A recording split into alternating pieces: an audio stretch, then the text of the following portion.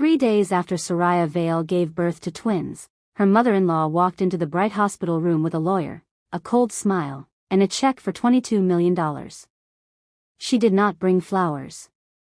She did not ask about the babies.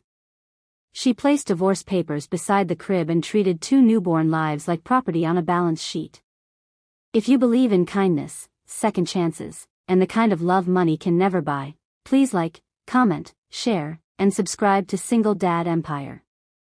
Your support helps stories like this reach people who need hope. Soraya was still weak from labor, sitting near the window where afternoon sunlight fell across the white blankets of her twins, Orion and Celine. Their tiny fingers curled around nothing, their breaths soft as whispers.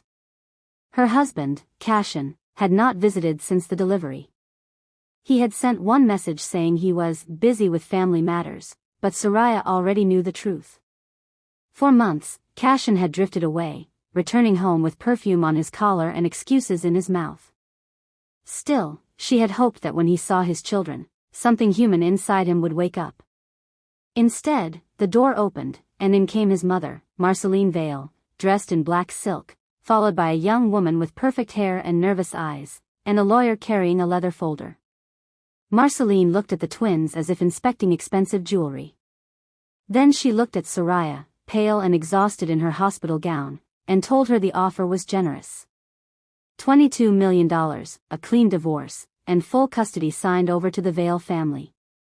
Soraya would leave that day, quietly, without scandal.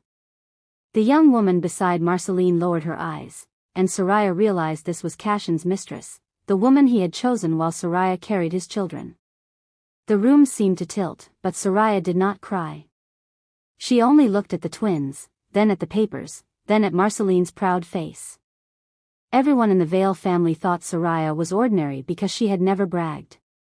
They knew her as the quiet wife who cooked simple meals, sent polite holiday cards, and sat silently at charity dinners while Cashin's relatives discussed money like religion.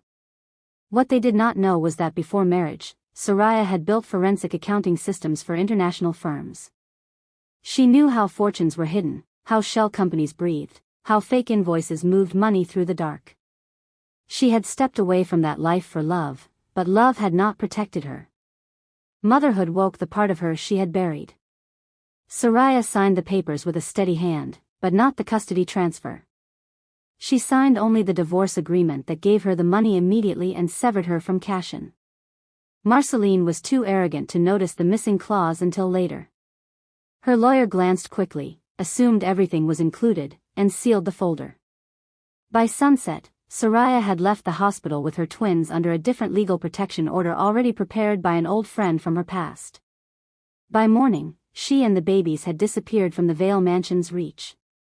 Marceline panicked when she discovered the custody clause had never been signed. Cashin shouted at lawyers. The mistress cried because the family blamed her for distracting everyone. But worse news came before lunch. Every major Vale account was frozen pending investigation. Not stolen, not hacked, not touched illegally. Balanced. Audited. Exposed. Soraya had spent the quiet months of her pregnancy tracing what Marceline thought no one could see: charity funds redirected into private properties, employee pensions drained through fake consulting contracts, offshore accounts tied to forged signatures, and a trust fund created in the twins' names only to be controlled by Marceline.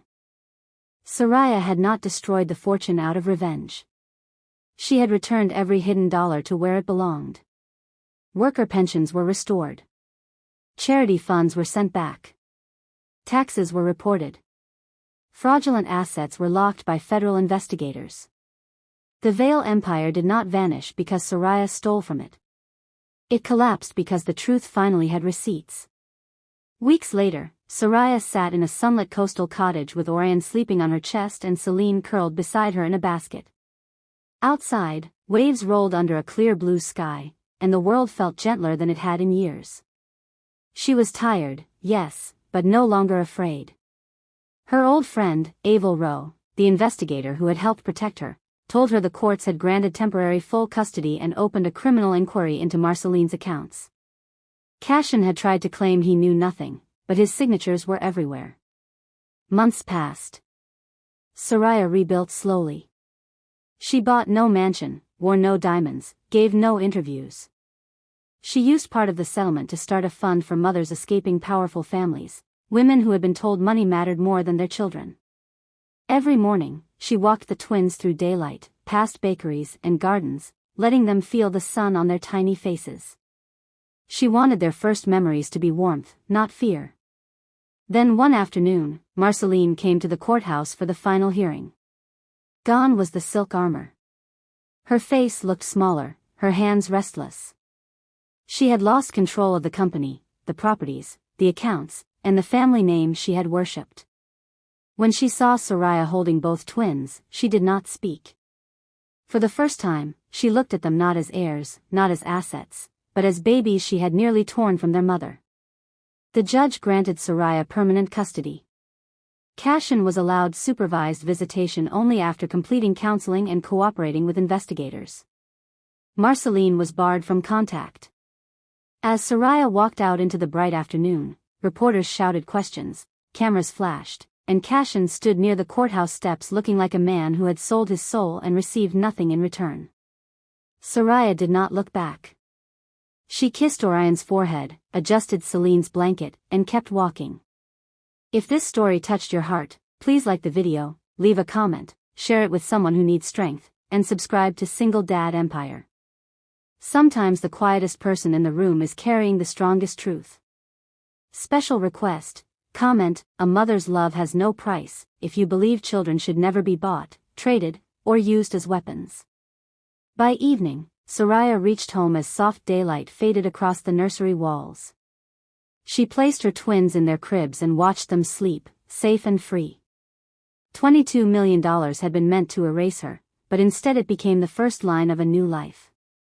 Marceline had tried to buy 2 newborn hearts, but Soraya proved that a mother who knows her worth can turn a kingdom of lies into dust, and still walk away with the only treasure that ever mattered.